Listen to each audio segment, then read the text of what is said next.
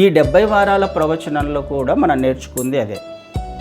69 వారాలలో ఆయన ప్రణాళిక ఏమైతే ఉందో అవన్నీ కూడా నెరవేర్చబడ్డాయి. తర్వాత 70వ వారం కూడా నెరవేర్చడానికి ఆయన మనకు ఒక అవకాశం ఇచ్చాడు అనే విషయాన్ని మనం జ్ఞాపకం చేసుకున్నాం గత వారాలలో. ఈ 69కి 70కి మధ్యలో సంఘకాలము లేకపోతే సంఘ చరిత్ర.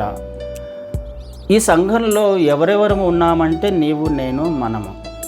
గడిచిన 2000 సంవత్సరాలు లేకపోతే క్రీస్తు వారు ఆరోహణమైన తర్వాత ప్రారంభమైన ఆదిమ సంఘంలోని మొదటి సంఘం నుంచి కూడా ఇప్పటి వరకు ఏదైతే ఉందో దీనిని సంఘకాలము లేకపోతే సంఘ చరిత్ర అని అంటున్నాం.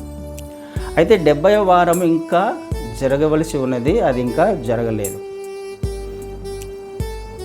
మనకు ఆయన పరలోక రాజ్యంలో ప్రవేశించడానికి అవకాశం ఇవ్వడానికి ఆయన ఇంకా దానిని మొదలుపెట్టాల. ఆయన కనికరము చొప్పున, ఆయన కృప చొప్పున ఈ సమయాన్ని ఇంకా ఎక్స్టెండ్ చేశాడు. 70వ వారము ఇంకా మొదలుపెట్టాల. దీనినే మనము కృపాకాలము అంటున్నాం కదండి. కృపాకాలంలో మనం ఉన్నాం. యాక్చువల్గా 69 అయిపోయిన తర్వాత 70 మొదలవ్వాలి, కానీ మొదలవ్వాల.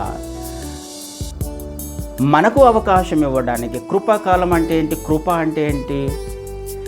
అర్హత లేని వాడికి అర్హత ఇవ్వడం.